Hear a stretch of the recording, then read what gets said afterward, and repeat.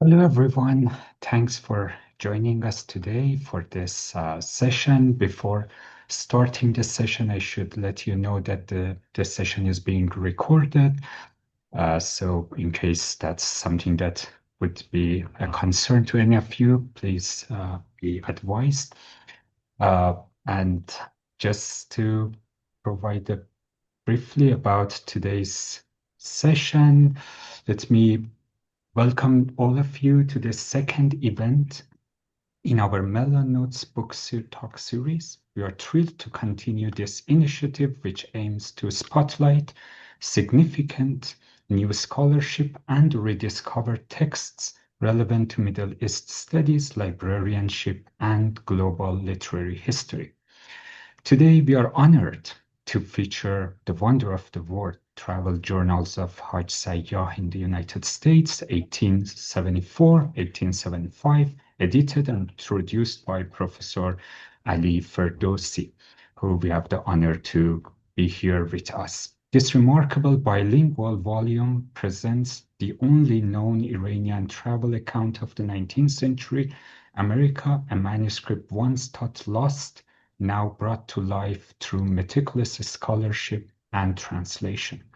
Our featured guest is Ali Ferdowsi, Professor Emeritus of History and Political Science at Notre de Namur University. I will provide a more extended biography soon.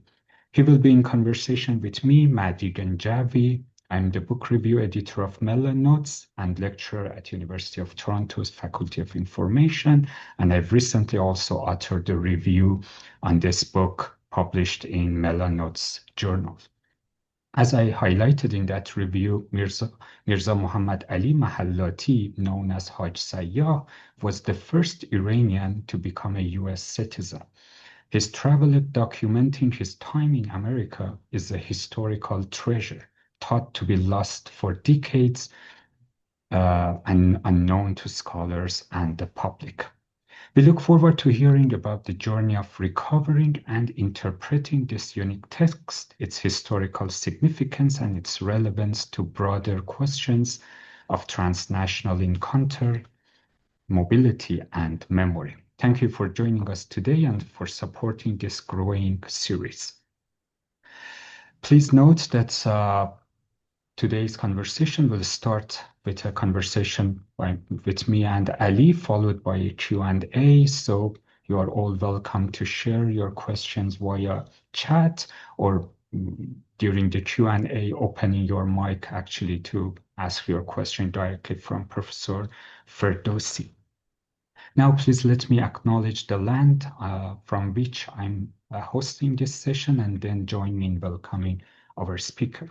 I wish to acknowledge this land on which the University of Toronto operates. For thousands of years, it has been the traditional land of the Huron-Wendat, the Seneca, and the Mississaugas of the Credit. Today, this meeting place is still the home to many indigenous people from across Turtle Island, and we are grateful to have, I'm very much grateful to have the opportunity to work and learn on this land. Ali Ferdowsi who finished his PhD in sociology, University of Pennsylvania back in 1985, is a professor emeritus in history and political science at Notre de Namur University. In addition to authorizing of papers in Persian and English, he is a translator of more than a dozen books into Persian, including Spinoza's theological political treatise. He's the author of several books, including dialogues, interviews on literature and politics, intellectuals and the public space, Hajj Sayyah and the Discovery of Freedom, and Chubak, Life Against Death. He's the editor of Odes from Hafiz, the first discovered manuscript from the poet's lifetime, another hugely influential and contribution by Professor Ferdowsi, which resulted in a lot of debates and conversations around this rare manuscript, this earliest manuscript of Hafiz, some of Hafiz's poems. the Wonder of the World Travel Journals of Hajj Sayyah in the United States, and the Haft Peker or Divan Sultan Ahmed Jalayir. So thanks for joining us, Professor Ferdowsi, and if you have any opening remarks before starting our conversation. Good afternoon. Thank you for having me, Dr. Ganjavi. And since you mentioned that, I also have to say that I am at this moment on the territory of Ohlone tribe in California, and I'm quite aware of that. And I think I'm very glad that you acknowledged that. It was very, very meaningful to me. I also want to welcome and thank you who are here today for us, hopefully, to have a useful, meaningful, and conversation about Hajj Sayyah. Thank you so much. So let's start with actually the basic question. Who was Hajj Sayyah? For those who are joining us who might not be familiar with him, who was Hajj Sayyah and what should we know about his life and intellectual formation to appreciate the significance of his American travelogue? Hajj Sayyah, his name was Mirza Mohammad Ali Mahallati. Mirza, of course, is the title. He's like an educated person. He's a literate person. He was from central Iran, from Sultanabad, Iraq, not very far from the area that was recently bombed, the heavy water nuclear reactor. That's where he was born. He was born in a middle class, if you will, rural, provincial middle class family. He was supposed to become a mullah, a religious alim eventually. He was sent to Tehran to study, and then he was sent to Atabat, meaning Karbala and Najaf in Iraq. And then he came back to Iran. He was born in 1836. He was 23 years of age. He was about to get married with his paternal cousin. He decided not to get married. He thought he pondered on that for quite a while, and eventually left unannounced to his family, and basically by walking towards the northwestern frontier of Iran. And with very little money, the first night his old cotton shoes were filled with blood.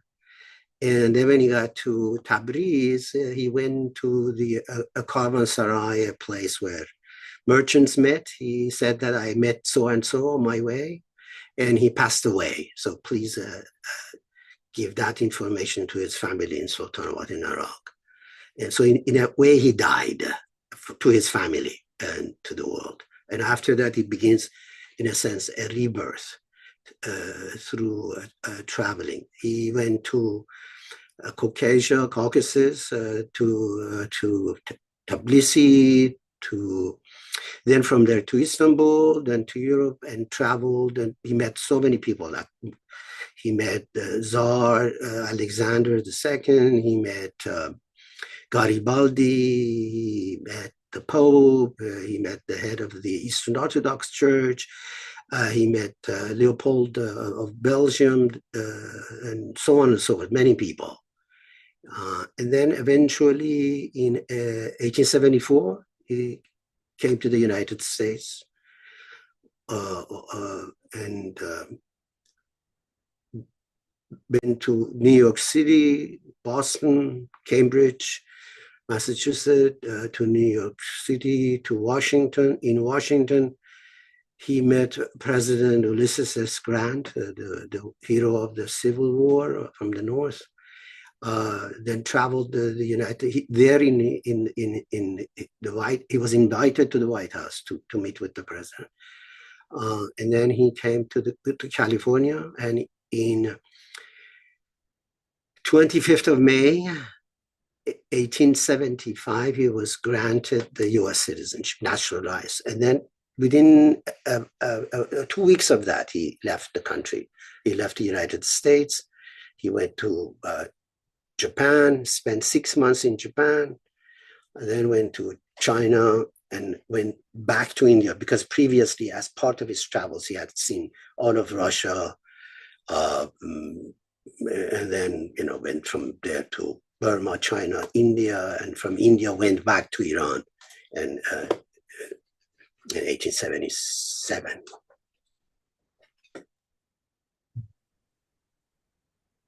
Thanks, quite an accomplished traveler. And maybe actually starting from, I really would like to also hear you reading some passages from the book. I don't know if that would be something you'd like to do now, or maybe, and another question I have, because you present Sayyah using actually the term, his epithet, Sayyah, and his journey not simply as migration or exile, but as siyahat. And you kind of provide a specific mode of ethical and political implication to this specific term. Could you elaborate on this concept of siyahat, and how you think it shapes your interpretations of Sayyah's life mission? Sayyah was an honorary title that was given to him after he returned to Iran by Nasser Shah.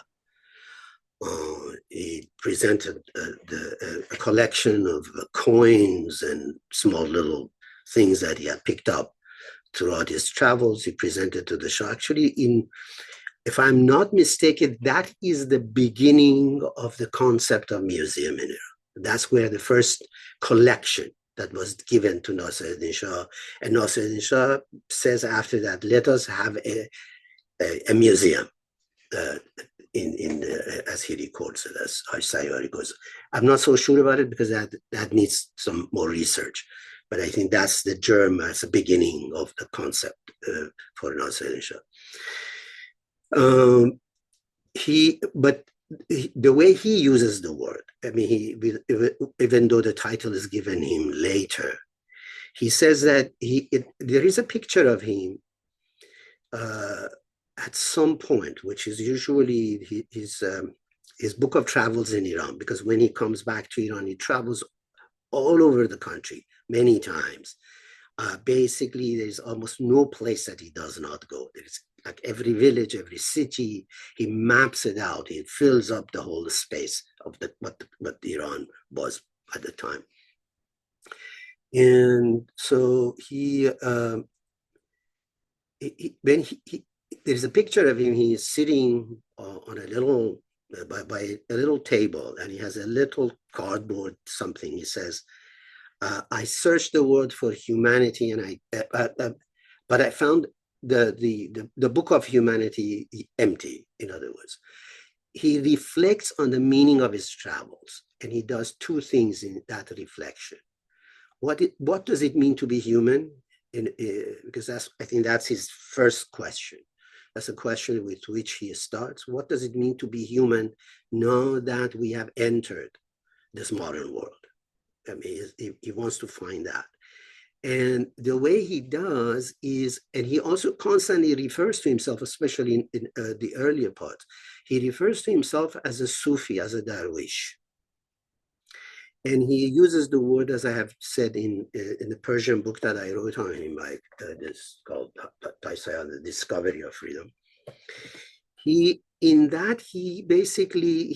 does by searching outward, by Seir Afaq, by going through the horizons and to the outward travel, he tries to do also an inner transformation, and that's his, basically we can say is his way of subjectivization into a modern person, and so he does that by constantly encountering, constantly asking questions, constantly putting his body in different places.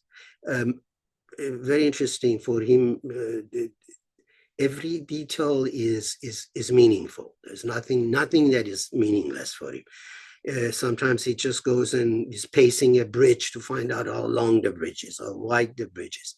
Also, he pays very meticulous attention to the body languages, to the way people are sitting, where they are sitting, the scenery. So it's totally open to the world.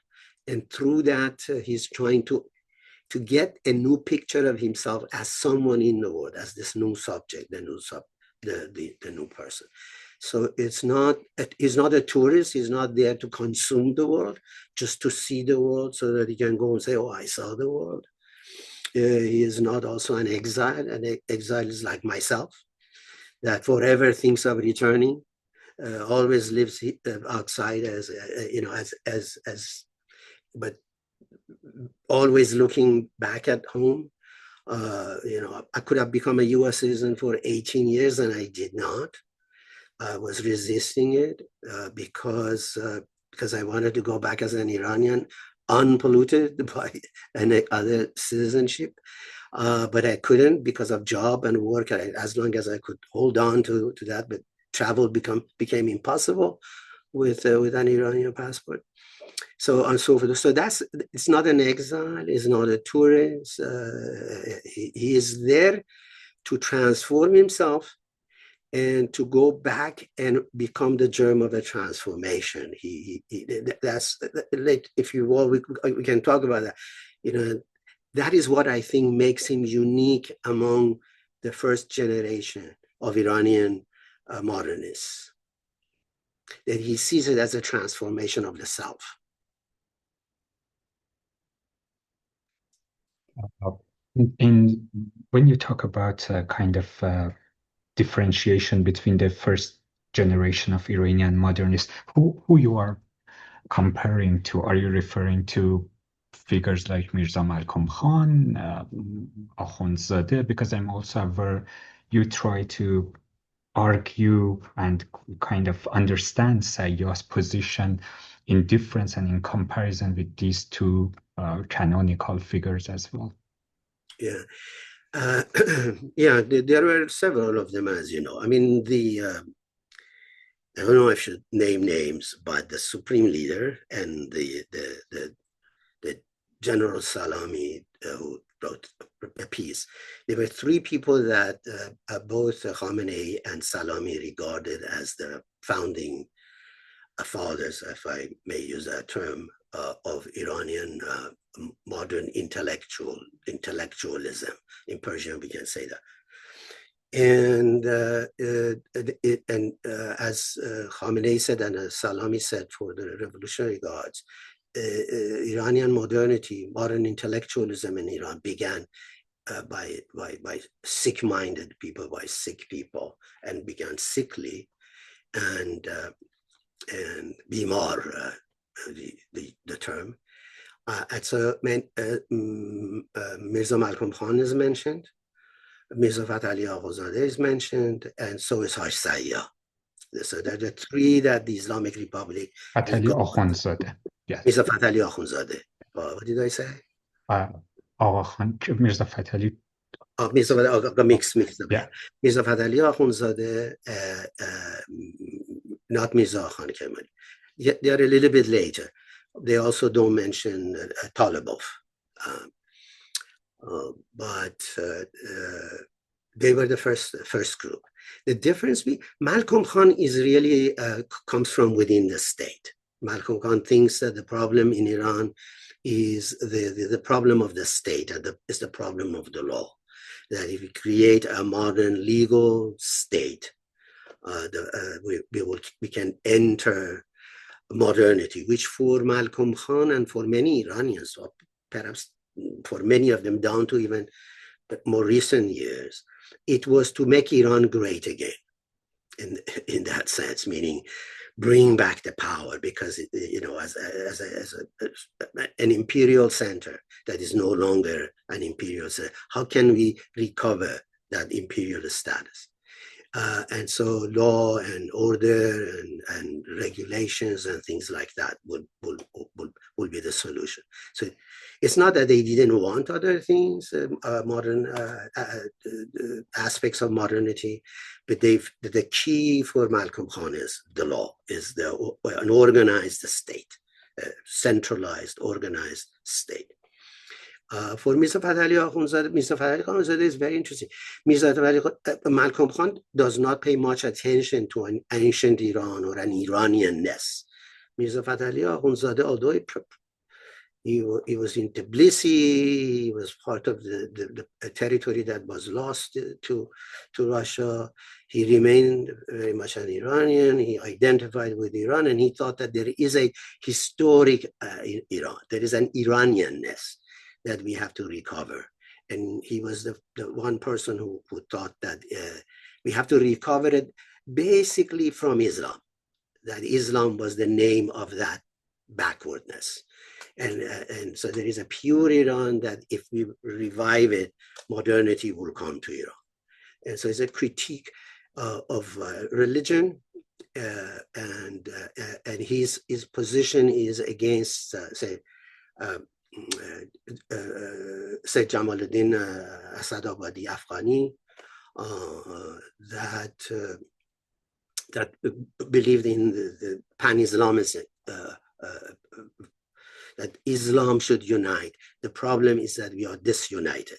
That if Muslims united, we could regain our old glories. Hajj Sayyah, on the other hand, is very, he understands that modernity is both a critique of Iranianness and is a critique of Islam. It has to be, is based on a concept of justice. And although Mirza Ali Akhundzadeh, around the same time, it's hard to say because of the publication dates, it's different from the writing dates for both. But around the same time, they use the term حقوق بشر, human rights. And for Hajj Sayyah, human rights is essential, that really we can become, it's not about glory of Iran, it's to make Iran a fair and just and modern society. So it's not after a glorious Iran, but a decent Iran.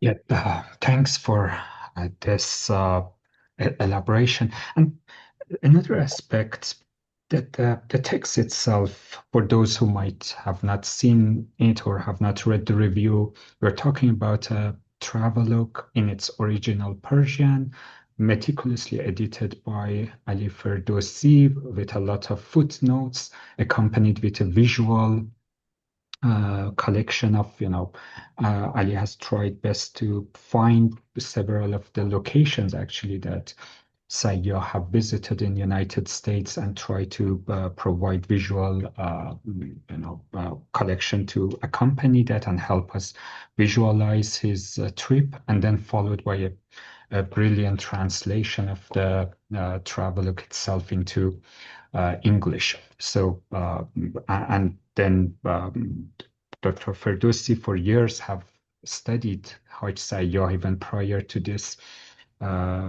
discovery and editing process, trying to understand him as a pioneer, as one of the one set when thinking about genealogy of Iranian modern subjectivity. So one of the genealogies, as far as I can understand, based on Ali's his historical investigation, goes back to Hajj Sayyah and the way he understands. And when you talk about Hajj Sayyah's worldview in this book, you argue that the trauma of Amir Kabir's assassination lingers over Sayyah's worldview.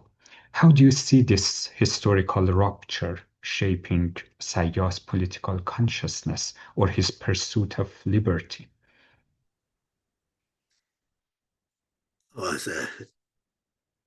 That's the question, actually. I was having a conversation with the late Sadiq Chubak, the writer who died here in exile in El Cerrito and in Berkeley actually in a hospice in Berkeley, but he lived in El Cerrito, which is an adjacent city. We were talking, it was in early 1980s. I had just come to Berkeley, and I sat in a couple of classes by Foucault, so I was beginning to become interested. As you probably know, I was one of the first people to translate Foucault into Persian and introduce Foucault to Iranians. So I became interested in the question of genealogy, if you will. And I was talking with Chubak about that. Chubak said, oh, the book that you have to read is Khatarat Hajj Sayyah, Hajj Sayyah's memoirs in Iran, which is actually a travel journal, mostly, but eternal journal of travels. So I began to read, and then in that book, several times he mentions, because the book ends by the constitutional revolution of 1906, pretty much. He's very happy when Muhammad Ali Shah is fleeing Tehran. He's there on top of a hill, is seeing his entourage leaving, and he feels elated that eventually that era came to an end. And then throughout that, he becomes politically active in Iran. As you know, one of my first documentary research on Hajj Sayyah was the State Department documents, because he took refuge, asylum at the recently opened embassy in Tehran, or embassy is an incorrect word, but office of U.S. in Tehran, and then he spent there. He says only a few months, but actually almost a year. So I thought, okay, there must be some exchanges, and actually about 250 different items regarding that exchanges between the State Department and the U.S. representative in Tehran about Hajj Sayyah, which is very interesting conversations. To go back to the question, around that time, part of it is because he becomes politically active, and he begins to agitate for human rights in Iran. And in those conversations, he constantly refers back to Amir Kabir. He says that our hopes were dashed. Our hopes were dashed. The whole country's hope was that he would revive Iran. He would put Iran on a straight path to modernity, but it failed. It was brutally murdered. He goes to Kashan, to Hammam Fin, when he was Amir Kabir. Amir Kabir, by the way, for those of you, I'm sure everybody knows, but just to remind everybody, he was the first prime minister, if you will, Sadr Azam of Nasser Shah, who actually brought Nasser Shah to the throne. And he had something to do with him becoming the king. But as another Iranian historian, Moinuddin Yazdi, the contemporary of Hafiz, he has a book on Mawahib Allah. He is a real-time history of Shiraz around the time of Hafiz, in which when he talks about Sahib Ayar, Sadr Azam, a prime minister that is killed by the king, he says that he was eventually, he became the victim of the tradition of Iranian prime ministership, meaning you bring a king to power, and then that king, the first thing that the king has to do is to get rid of the person who brought the king to power. So that, because the king by definition cannot owe his throne to someone else, to it. And so the same thing happened to Amir Kabir. But Amir Kabir, as you know, opened Darul Funun, the first college in, not open, but he proposed it, and many other reforms. Of course, some of them not so good. He also realized that in order to do that, he should make sure that the Islamic ulamas are on board. So the brutally massacred the Babi movement in Iran.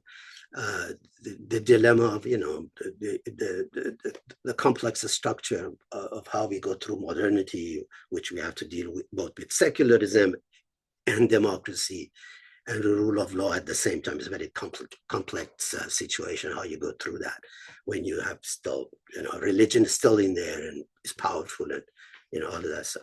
But anyway, he constantly refers to him, and he mentions that directly. So what I'm saying is that his own sense of himself, and also his own sense of the history of his period. And he also, when he wants to say why what happened to Iran now requires a more, how would I say, more activist, aggressive politics, he mentions Amir Kabir as basically saying reform through the government, through the state. We saw what happened. We need really a popular uprising. Basically, he is advocating for popular uprising out of the lesson that he learned, or he thought Iranians should have learned, and many did learn, that reform from above is impossible in Iran. You have to do it from below. Thanks. And also, just to provide a bit of clarity, or for those who might not know or might not be aware of it, because while today we talk about a specific travelogue, the US account of Hajj Sayyah, which has been just recently found and edited and published, there were already his travelogues inside Iran, as well as his travelogue to Europe had already been known to scholars, and have some critical editions of them have already been published inside the country. They are quite important primary sources when we think and research the constitutional movement, as well as the social and cultural conditions of Iran during late Qajar era. Yeah, add something to that. If there are some other pieces that have been found since. There is a portion of his travels to Mecca and to Egypt. So we already have that. There was recently discovered and is now kept in the Iran's Parliament Library.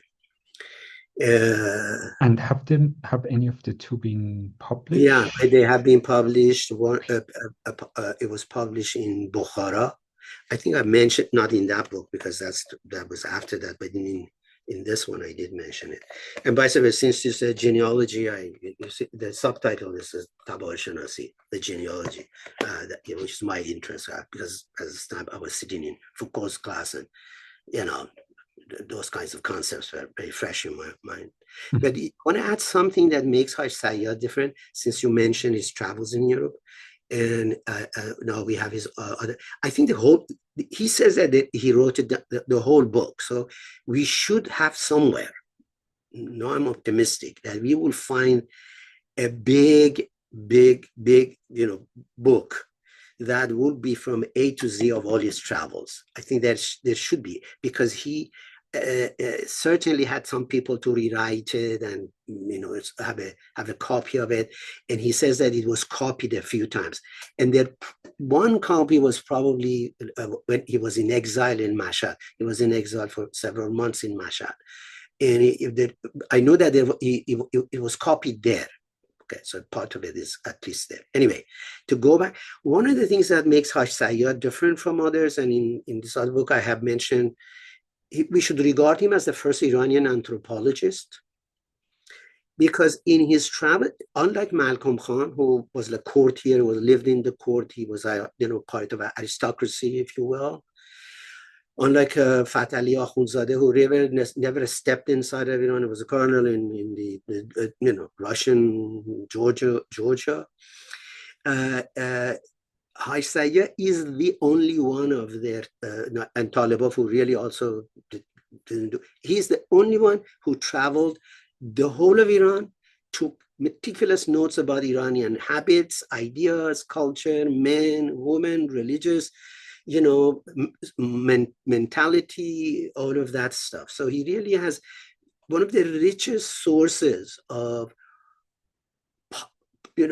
popular imagination, popular life, common life, all over Iran, from all the, ethnically diverse Iran, it can be found in Hajj Sayyah's Iran travel. So I recommend anybody interested in learning more about what was going on in Iran at the time, at local level. Hajj Sayyah's local travels are useful. Yeah, and now interestingly, such a person with all his understandings of Iran, Asia in general, with a lot of language skills, arrives in United States, and he declares something that you also highlight in your introduction, and I want to hear more about it. He declares that he found true freedom in America, true freedom in I'm quoting, and in meaning, not in form.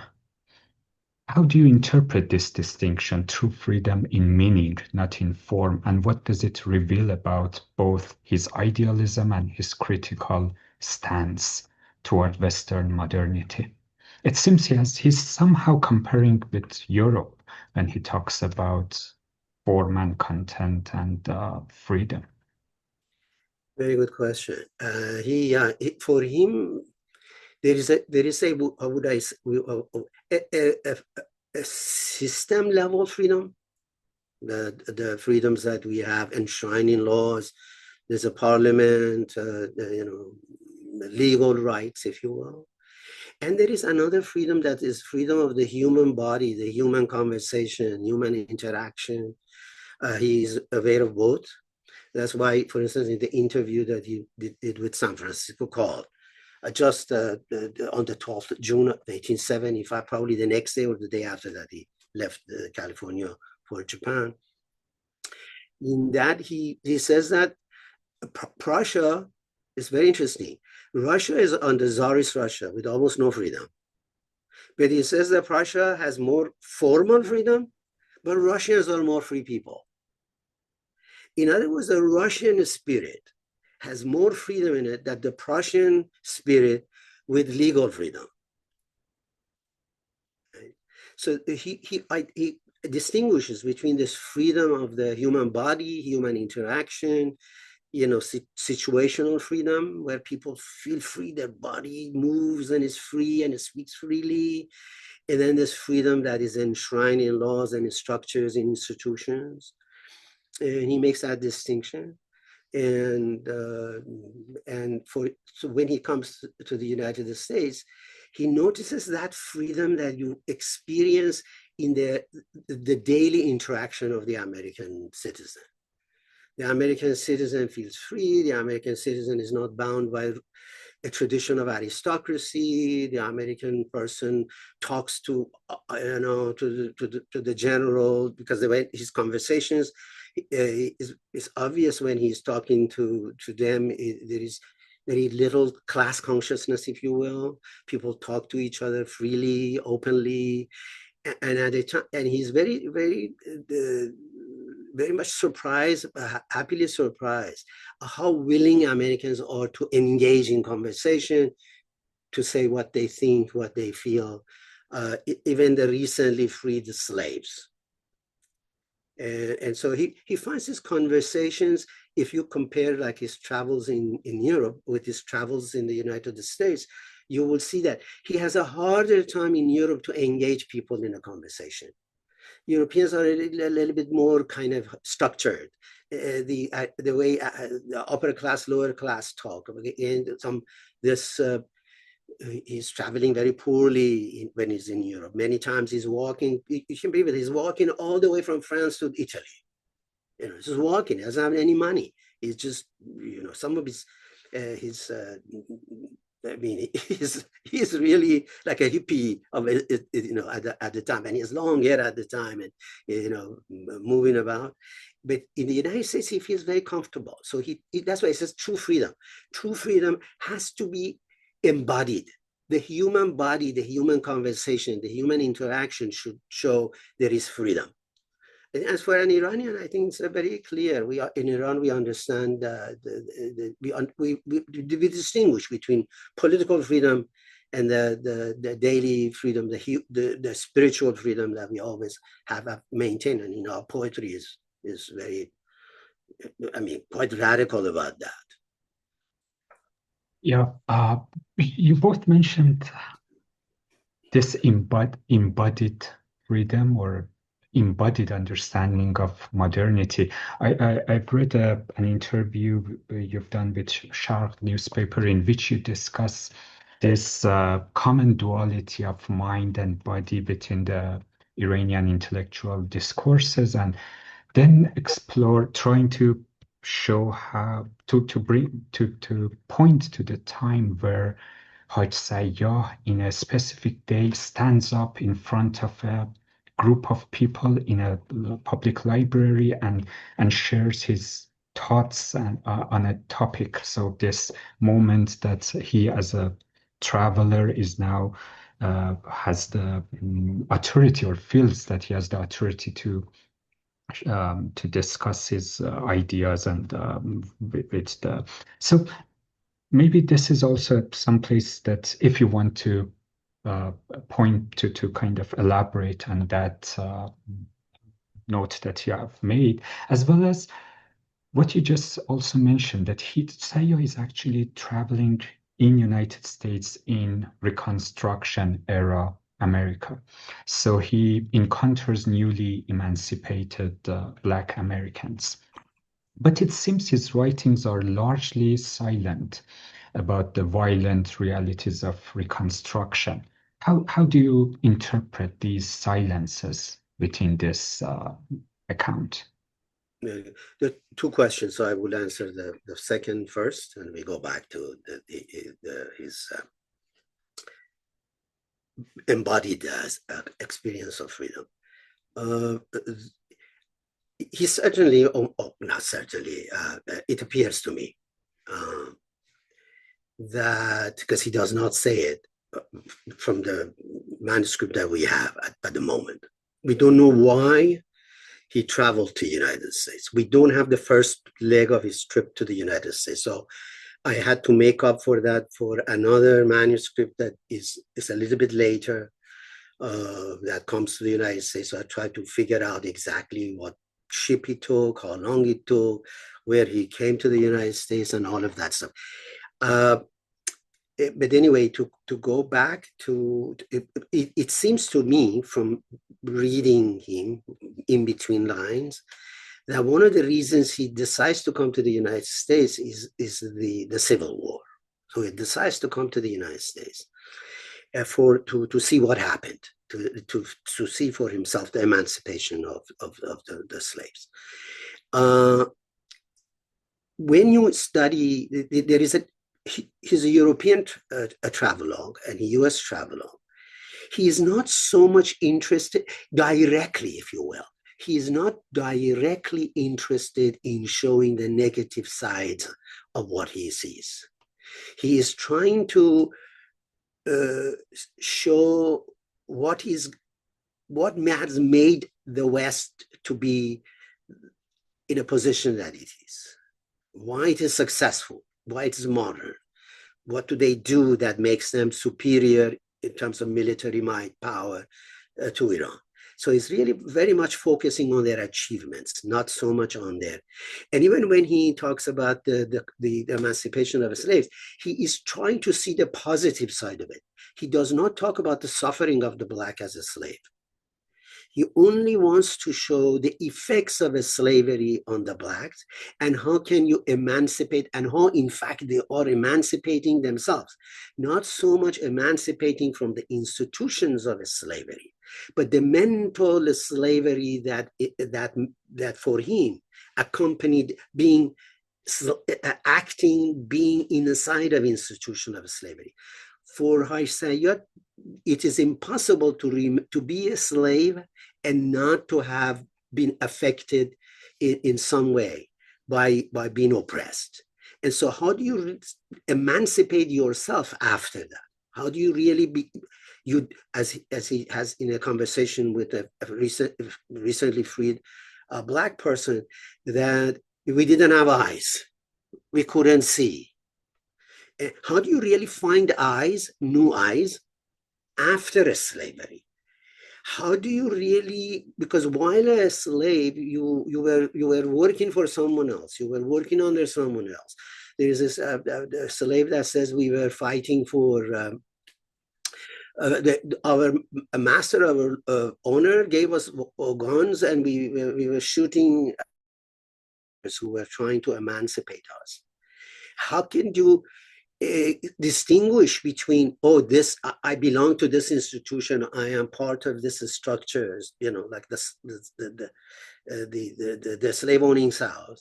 How can, and then when someone who appears to you as foreigner is coming to emancipate you, how do you really deal with this? Because I say, you know, obviously is dealing with this question.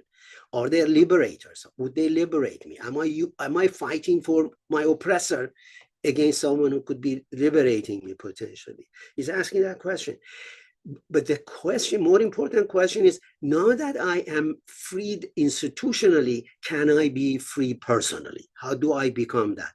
And to what extent the effects of long period of enslavement would continue? He has this conversation in a riverboat that is taking them up from New Orleans to St. Louis, right? He's going on, and he has this conversation. I want to add one more thing. There are a lot of criticisms in the book. None of them are direct. For instance, when a person criticizes, wants to show Hajj Sayyah, says, oh, is another a traveler or traveler who has been to Iran, or to Ottoman Empire. He says, oh, your streets don't have light, your streets smell or dusty, they don't look good, you're impoverished, you're illiterate, and all of that stuff, right?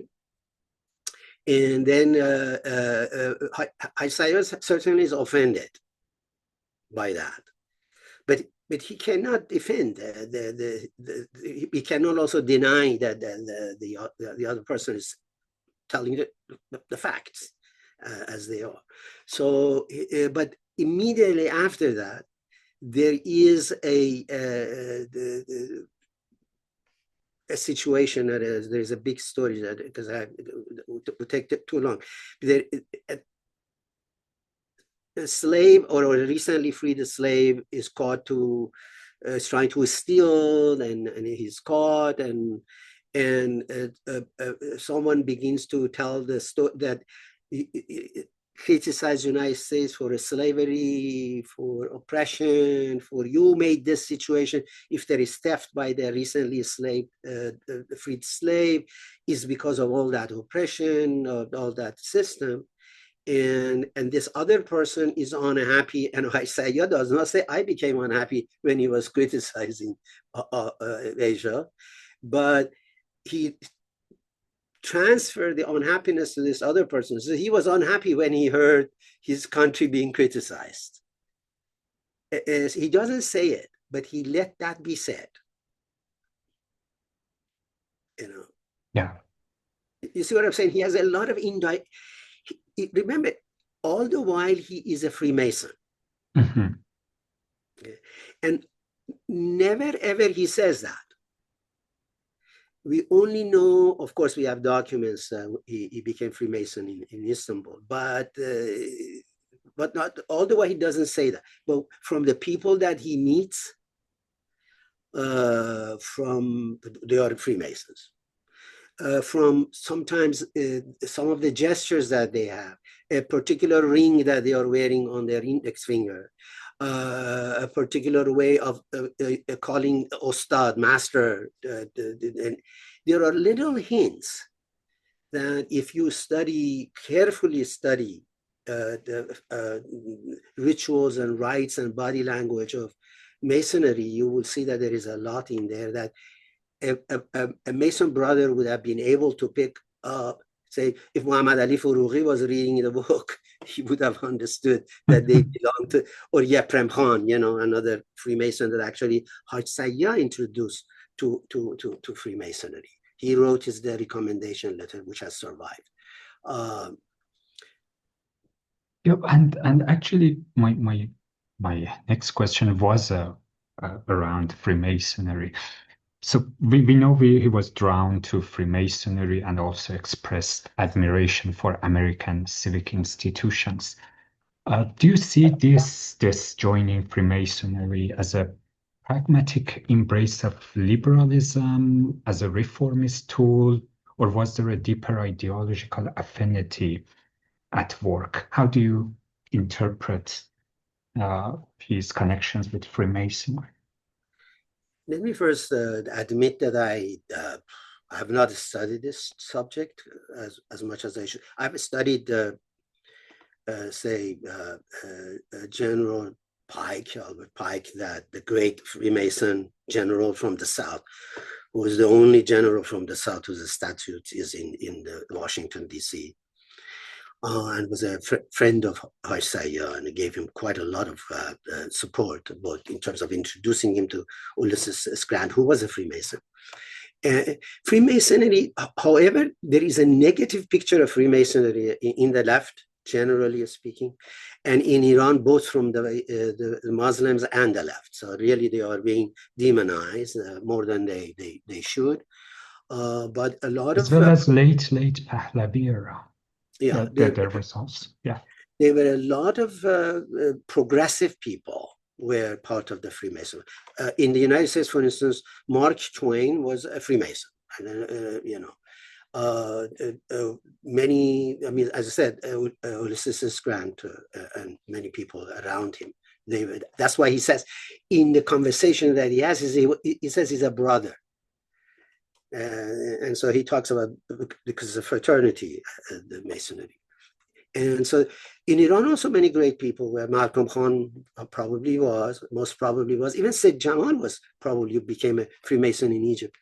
And also perhaps one of the greatest Iranians of all time, I would say, but certainly of the last few centuries, Muhammad Ali Ferdowsi was a Freemason. So I think there was, if I now speak my own interpretation, I think there was a time for quite a while that a lot of progressive people found in Freemasonry what the later generations of Iranians found, say, in Marxism. And even if today you may regret that, oh, I used to be a Marxist, it was very common in my generation. There was a time that that progressive people felt that they should be part of that. I think it was part of the perhaps the intellectual culture of the time.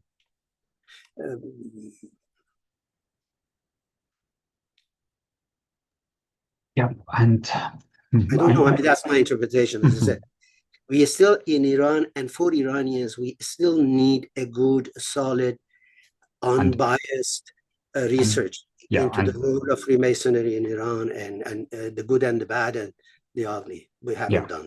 Yeah, that's very true. There have been different, very much pseudo-historical accounts have become quite common. And as you said, there have been several, both, I know that in late Pahlavi era, there were attempts to discredit many politicians because of their affiliation with Freemasonry, and also quite famous books have written to discredit them, both in late years before revolution and obviously throughout the last 4 and 5 decades. So just because I'm mindful of all the knowledge that here is with our listeners, and would like to also have time to hear and listen to their questions and their engagement. So maybe just as some final questions, it's good to also hear your about the relevance of Sayyah to today, what you think about the broader legacy and impact, what enduring lessons, political, ethical, or spiritual, do you think Sayyah offers to readers today, particularly in Iran and across its diaspora? I mean, first of all, as I just said before, the leaders of the Islamic Republic consider him relevant. So he is relevant. First of all, I think he really gave us one of the first detailed criticisms of religion and what it can do, and the power of ulama. He is really quite aware of that. in his Iranian travelogues, he says the Iranian people are being ground by two in a mill that there's two stones is the state and the other stone is ulama. He mentions that very specifically. And he says that because between these two grinding stones, the spirit of Iranian is broken, they have become duplicitous, they have become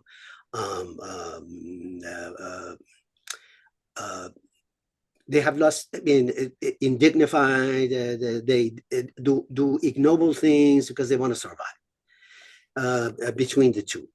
So this is one important thing.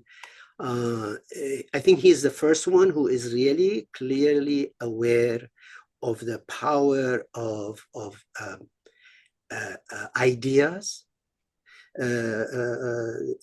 not for intellectuals, but power of ideas, that there is a nation, there are masses. So for him, the intellectual like himself, the masses also have to be addressed, because Malcolm doesn't address even Mirza Ali Akhundzadeh. Still his discourses with Prince so-and-so, imagine Prince so-and-so, a discourse between, two princes, even Mirza Khan copies that a little bit, right? So, but for him, it is not. It is always about people. These people live like this because they are oppressed by two forces, not by one force. And the true freedom in Iran is a freedom, both a political freedom and a religious freedom. And I think that is more relevant today than any of the members of this generation in that sense. Yeah, thank you so much. And may I also, and this has been something I brought up in the review that I wrote, I would love to know more about the provenance of the manuscript that you found. As I mentioned, for decades, I think you even noted that you were hesitant that the manuscript might have actually, remained and would be still available, but then found it and did this brilliant work on it. Can you share a bit on the condition of the manuscript and its authenticity, or and any critical reflection you might have on that? The manuscript, I really, there is no strange, or I would say heroic story there. It's not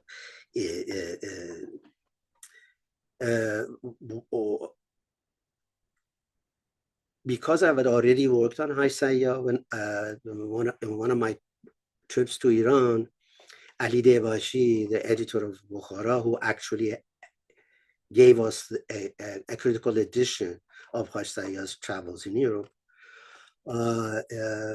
He said that there is someone has a woman, an old elderly woman, has brought some papers to me, and he says they are from Hajj Sayyah, and she is apparently a distant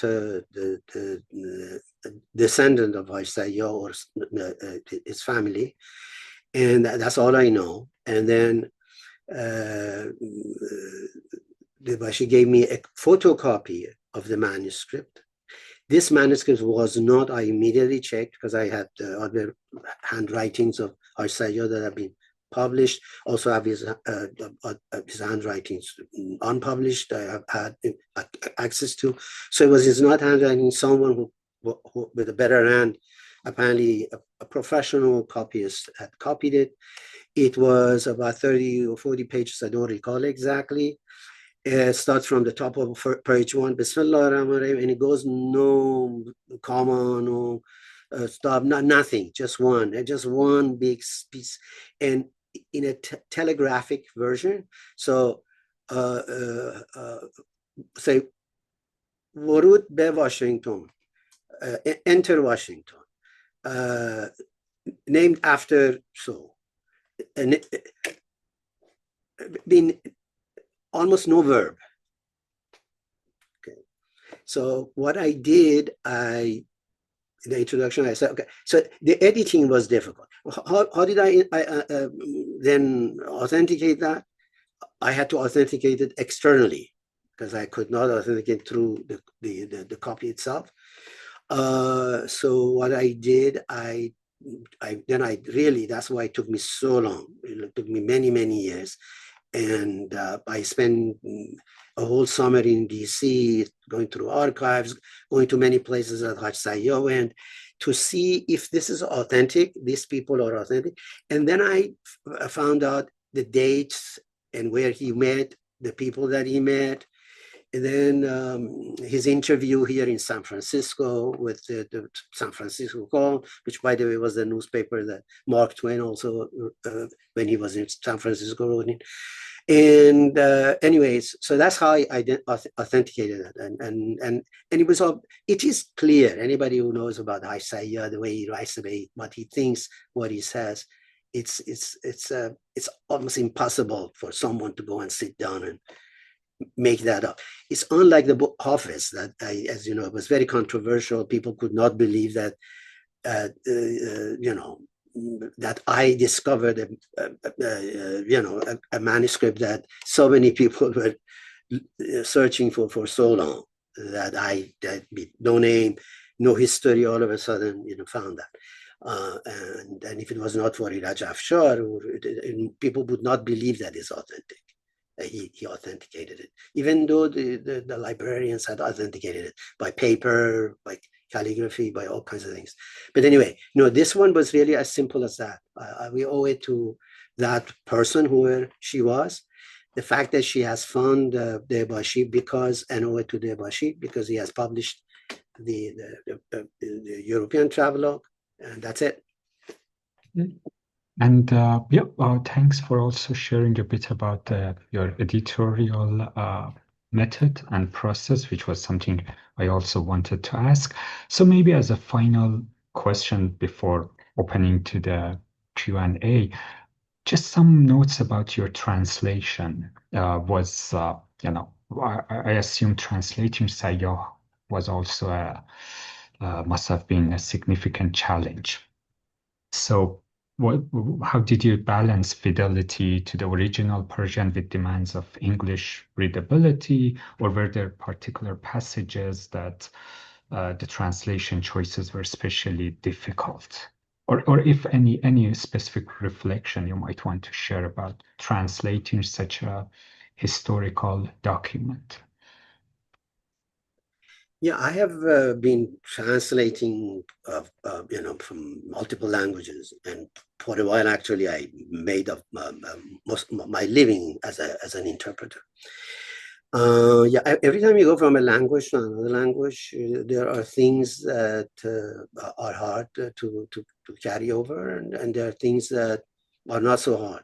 Marx famously liked the French translation of his first volume of Capital better than the one he wrote in German, because he thought that French allowed a better vocabulary, better syntax to carry the ideas that he had. It was not one of the most more difficult translations that I had. Most of my difficulty was really getting the telegraphic prose of Hajj Sayyah to a reasonably readable Persian, and so any compromise that I had to make, any editorial decisions that I had to make, or any, maybe as an exaggeration, but really most of them, or really close to all of them, I had to make from going from the manuscript to the Persian version. Once the Persian version was prepared, going from the Persian to the English was not difficult for two reasons. One, Hajj Sayyah was traveling in the United States, so I did not have to, it was not very difficult for me to know what he was talking about, because the thing he was talking about already exists in the United States, already exists in English. The conversation that he has is already a conversation with an American, so you could understand what the conversation could be. Sometimes when something is totally local, it's very hard to go from one local to another local, but the location of the conversations and the report was the United States. That was actually was harder for me to explain that in the Persian section. That what does it mean? Because for the Persians, I'll just give you one example.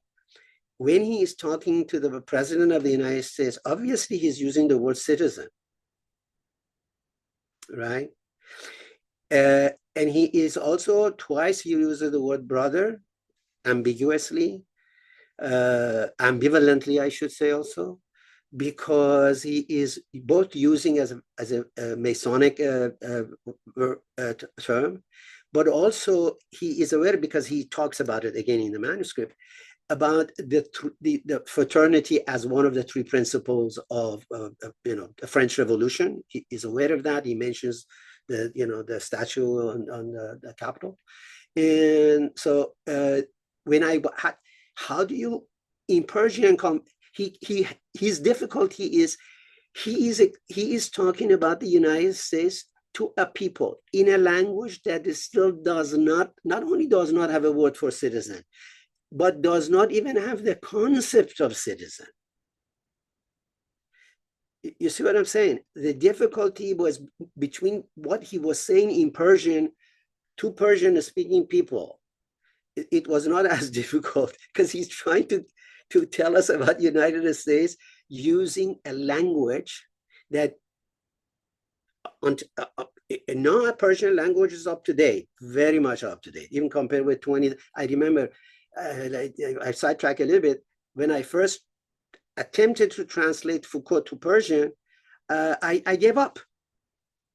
I mean, at the time that he was here at Berkeley, I was sitting there, I said, I'm going to translate his talk. But I sat down and I couldn't translate it. The Persian language was not there yet. The Persian language today is very much there. You can now communicate across Persian, French, English, the languages I know. I don't know German, but I mean the language, European language. But 30 years ago, it wasn't. And at the time of Hajj Sayyah, was absolutely not there. Absolutely not there. So he goes to a circus, and then he doesn't know how to say that. So it was easy. Once in Persian, he uses different words, explains it. He goes to a museum. There's no museum in Iran. He has to explain what a museum is. He uses a different word. For anatomy, he has to speak. Everything he speaks, not only the language is not there, but the ideas and the concepts are not. But translation was not difficult at all. I see. Thanks, Professor Ferdowsi. And just as a final remark, if I want to say something, like any piece of archival and historical document, what we talk about are just specific aspects of it or the interpretations we have. But I should say it's a gem. I know people from different backgrounds and disciplines would find quite astonishing takes from the travelogue itself in terms of, just one thing that comes to my mind. There is a part that someone asks about Islam. What is Islam? And then Hajj Sayyah responds. And even the kind of question that person has says something about the way they used to understand, or at least the kind of knowledge that used to be shared, or misunderstandings that used to be shared among many of the elites in United States. So I have this metaphor that I love. I always think of scholarship as a jar, while archives are the sea itself. So I would encourage all of you who are interested to get the book and read it and engage with it. Having said that, I also want to open the floor to anyone in the audience who wants to ask any question. Please either share it via the chat or simply open your mic and engage with Professor Ferdowsi.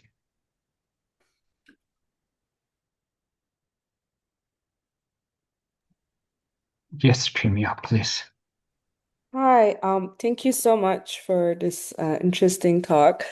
So I have two quick questions. So I'm working on Persian carpets, and especially carpets in Sultanabad and the multinational carpet companies that started in Sultanabad. So my first question is, do we know what Mirza Sayyah's parents, maybe like their family profession was? So I'm just looking for any evidence to see like before the European companies started carpet manufacturers in Sultanabad, if there were like families in carpet business. So does he say anything about maybe like his family's profession, like their job? And also another question is, um, does he like do we see any instances of praising Persian carpets in his texts, like when he travels abroad or when he travels around Iran? So does he talk about it at all? Because usually, so this was something that they were talking like in that time period. So we see like when they were talking about modernism, one thing that these like travelers were praising was the Persian carpets that so that was that they were very like something that they were proud of. Um, yeah, so thank you. Of course, in the American journal, he does not mention anything because the conversation is not about Iran at all. In his Iranian travel, let me go back a little bit.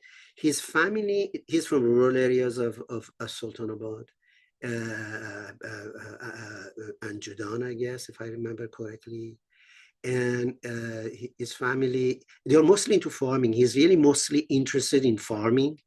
Most of his examples are about farming, about cultivation, about the yield, about things like that. He has very, if I recall, I don't recall really any time he talked, Hajj Sayyah talking or Mirza Mohammad Ali talking about carpets. He does not, in his Iranian travel journals, he is not so much, unlike his European travel journals and American travels, he's more interested in how would diagnosis of Iranian, what not his term, but another book that came out around the same time, the Amraz Musalmanan, the genre of Amraz Musalmanan, which even it was the diseases of the Muslims. So what are the difficulties? What are the disorders? What are the problems? He's mostly focusing on lacks, on problems, on pathology, if you will, of the Iranian society. A few times, only a couple of times, he talks about something that that uses the word pride, or does not use the word pride, but it could say that it could be a source of pride, in a hinting at it. For instance, when he goes to Takht Jamshid, Persepolis, he says that he says, oh, if he looks at it, he says, he relates it to our ancestors. He has that concept. And then he says, like, oh, if it was in good hands, it could become a very good tourist attraction. I mean, he's thinking very in terms of what benefits it could have for Iran, what Iranians could do with it, what modernity is very positive about that could make it into a tourist site or something like that. Or Iranians could. He stays in Hafiziyeh in Shiraz, never ever mentions Iran, and he's not at all excited or moved by being just, like 10, 15 meters from the tomb of Hafiz. Whereas I went to Pahlavi University, and the first 2 years, as you know, everybody had to be on a campus which was wall to wall with Hafiziyeh. And I still, when I think about it, I have goosebumps. I mean, if people ask me, it was the last day if there is an interview, say, okay, this is your last day. What is the best memories? I said, I was blessed enough in my life to have been a neighbor of Hafiziyeh. I mean, that to me was like, it just still excites me, touches me, but it doesn't. Hajj Sayyah doesn't get excited that much about those things. Aesthetics are very weak in his writing. He does not pay attention too much, even to the beauties of Europe, or he, except for once when he is on a boat going from New Orleans to St. Louis, it becomes poetic. It becomes really that. That's the only time. Thanks, Yeah. Aljon. Yes, Robin, please. Hi, can you hear me? Great. Professor Ferdowsi, thank you so much for this talk. I'm really looking forward to perusing your book. I have not read it yet, so perhaps the answer lies within, but I'll ask for the sake of the conversation. I have several questions about Sayyah's interactions with the American scholarly community while he is in the United States. In the early 19th century, of course, is the birth of the American Oriental Society and interest in the study of the non-Western world. And so here is this person, a living embodiment of this non-Western world going through the United States with, it seems, some degree of celebrity because he's invited to the White House. You mentioned that possibly his Masonic connections had something to do with that. I was wondering, and when you mentioned Masonry, I thought that has got to be the reason why. But I don't know the extent of the penetration of Masonic brotherhoods into American academia, but I'm just curious, did he say anything about meeting American academics interested in the study of Persian in an academic way? Thank you. Sure, good question. Actually, excellent question. No, he does not. He certainly does have communications with them. He does not name names. We know that when he was in Cambridge, he was asked. He says he was asked. We know from his record. I searched and I couldn't find any documents. But I asked people. I asked the librarians. They said, no, we don't have any, not that we don't have a record, that we don't have any record of this nature to show that. But maybe if someone goes through some personal records of some professors at some point could find something. But he mentions that he was approached and he was offered to become a professor of languages, Oriental languages at Harvard. He mentions that. Because when he is asked, when he is in DC, if you read the book, since you are going to read it, I should not give up the story. But anyway, one of the reason he gets invited to the White House, of course, through the connection of General Robert Pike, because they wrote about him in the local papers, is that he goes to a Smithsonian. And actually, for the first time in November of 1874, a Smithsonian decides to have an exhibition, international exhibition, not only the United States, but that's the first one. For a fact, I know that, I checked that. And in that, he goes there and he finds this stone that they are actually the label next to it identifies it as something in Aramaic language and from ancient times. And Hajj Sayyah immediately noticed that this is a Turkish, Ottoman Turkish thing, and it's about like almost it was a fake. Let's put it this way. And the ambassador of Ottoman Empire had kind of apparently. I did some research, sold it to the Smithsonian as an authentic piece, and Hajj Sayyah discovers that and it makes a lot of noise about it. That's how he gets into the press. That's people begin to say, "Oh my God!" Yeah. So again, because when others find out that he speaks several languages and he knows Arabic, he knows Ottoman Turkish, he knows Armenian, he knows French, he knows Persian. Because of that, he is again invited to get a professorship. I don't know at what university in Washington, D.C. Again, does not mention. But to make a long story short, Again, he says, no, if I wanted to stay in the United States and become a university professor, I already had the offer. So again, someone contacted him for that kind of a position, but he said, I cannot accept it because I'm a traveler. I want to go back. And he certainly was. And he was paid by Albert Pike for making a catalog of some manuscripts and books that he had, for instance. But which professors he met who offered him the job, we don't know. Can I ask a follow-up question also about the gift of citizenship, which of course is much in the news at the moment.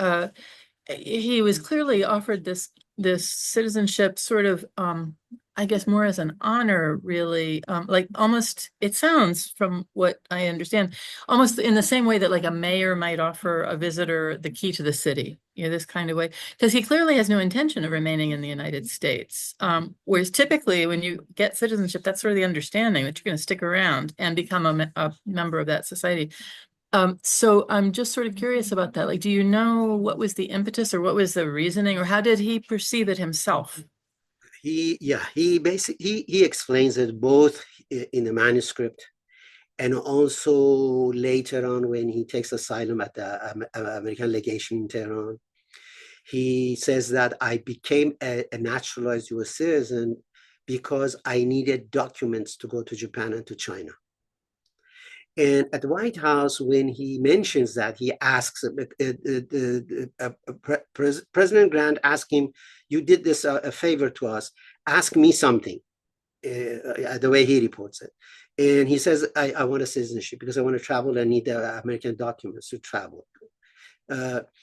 And the president says that it is impossible. You have to go through 5 steps, and it's just impossible. You are here like this is like November of 74, and he becomes a U.S. citizen by May of 75, 18, of course, right?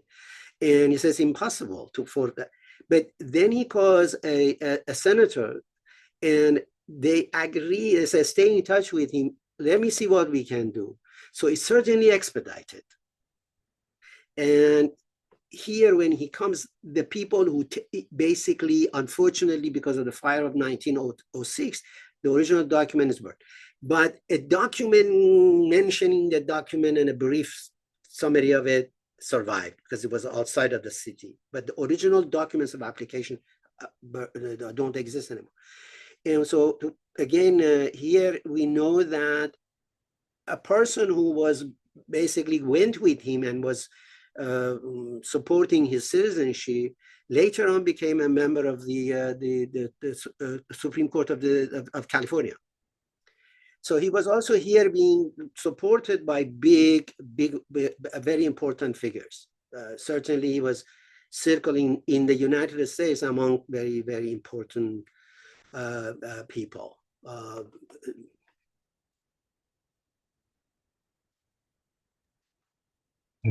Thank you so much. Thanks, Robin, for these great questions, and Ali for the elaboration. We are almost running out of time, but if we have one more pressing questions that someone wants to. Hi, could I ask a question? Sure, yes, definitely. Okay. Well, that's very interesting, and thank you so much for this. I look forward to getting the book. Of course, I'd heard about Hajj Sayyah, and now I understand you were at Pahlavi University, maybe at the same time I was. Yes, of course. And your husband, yes. Your late husband. Yeah.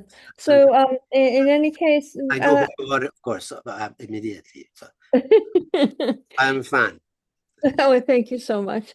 What I'm curious about is, as you said, he didn't have any money, but he was traveling all over the place. So, and of course, this whole concept of traveling for knowledge, traveling for internal experience, this is a very Sufi thing. And, from Ibn Khaldun to Bustan al-Siyah, it's, and they write about it and as a teaching text. So that's understandable, but of course, in traveling around Iran and places like this, there would be Hanukkahs, and you could go to the Hanukkah, and they would put you up, and they would give you something for your way. But of course, that wouldn't happen in Europe. So how did he get from A to B? How did he sustain himself? Was it through the network of Freemasons, or? That's a good question. He does never, ever mention. A couple of times that he's asked, how did you, because that was my question too. How, he didn't have a sponsor, right? And he, as you said, there is no Hanukkah to go from one to the other, right? Yeah. Basically, he says that one of the things he claims, he says that he was aware of what these small little things, currency exchanges, so it would take some currency one place to another place. This is small things. Also some valuables that he thought that in this place, and if he took to the next place, again, small things he couldn't carry a whole lot. But that's what he mentions. He says tohfe, which is a rare gift, and coins and things like that. My own hunch, at least in the United States, I've not studied where he stayed in Europe. It needs another research. But I think this mostly from there is enough hint that makes me hypothesize that is through lodges, through Masonic lodges. Mm-hmm. So they are his Hanukkahs. Yeah. And do you think that he had anything to do or association with the Anjuman Okhovat, because they were also involved and many of them were involved in Masonry? He not very specific, not directly, but he knew of them, he was connected with them, but I don't think he was not a member of Anjuman. Okay. Thank you so much. Thank you. Thank you so much. And just to let all know that that I've also pasted a link to where those who are interested can get the book. One reason I'm also sharing it here because, and I really admire Professor Ferdowsi for doing so. Even the publication of this book have been an attempt to, resist, and kind of as part of Dr. Ferdowsi's print activism and publishing activism in face of censorship in Iran. So he has actually published it here outside the country, and this is why it might not be as discoverable as the titles that would be published through traditional publishing houses might be. Another reason why I shared the Lulu link here for those who might be interested. Thank you all for joining us today. I learned very much. It's always an honor and a pleasure to be in conversation with Dr. Ferdowsi. Thank all of you for being here, for sharing your questions. And soon the recording of the session would also be available on MELA Notes YouTube channel. I encourage those of you who are interested to join this channel, and looking forward to next conversations. Thank you so much. Thank you all. I appreciate that. We have to know more about Hajj Sayyah. It's important to us. For sure.